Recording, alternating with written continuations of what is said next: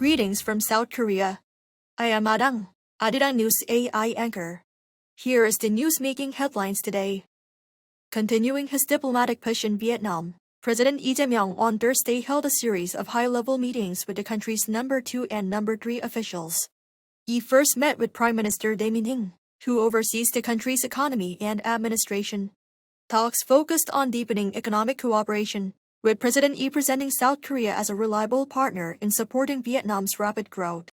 He later met with National Assembly Chairman Don Thanh Mon, Vietnam's top legislator, where he emphasized the role of Parliament in furthering Seoul and Hanoi's comprehensive strategic partnership. Seoul's diplomatic envoy to Tehran Tong Byung-ah has met Iran's Foreign Minister Abbas Araghchi to discuss the safety of Korean citizens and vessels in the Strait of Hormuz. The Foreign Ministry says its special envoy. The meeting was abruptly arranged and held on Wednesday in Tehran.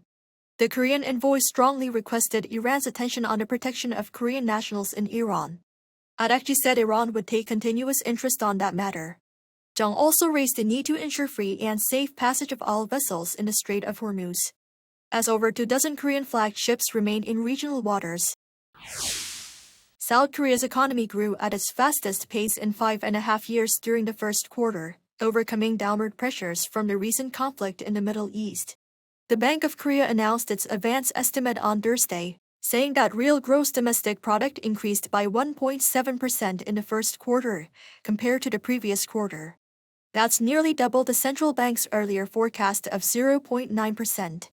Exports surged 5.1%, led by information technology products such as semiconductors.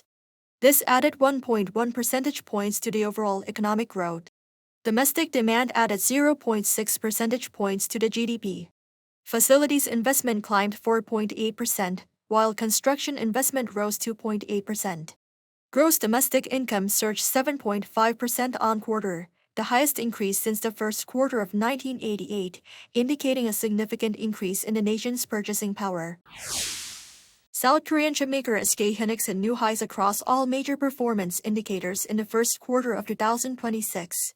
The company announced Thursday that its operating profit stood at around $25.4 billion, up nearly fivefold from a year earlier and more than double the previous quarter. Revenue also hit a new high, nearly tripling to about $35.5 billion. Those figures helped push the company's operating profit margin to a record 72%, up from 58% in the previous quarter. SK hynix attributed the strong performance to surging demand for artificial intelligence memory chips, along with increased sales of high-end products like HBM and high-capacity server DRAM modules.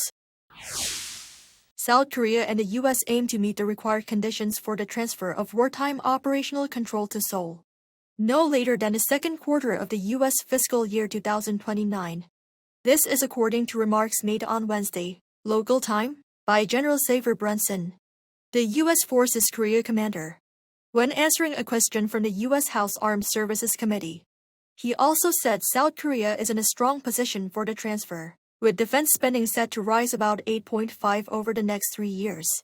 Regarding the commander's remarks, South Korea's defense ministry said Thursday that the timing of the OPCON transfer will be decided at a security consultative meeting before being submitted to both presidents for approval.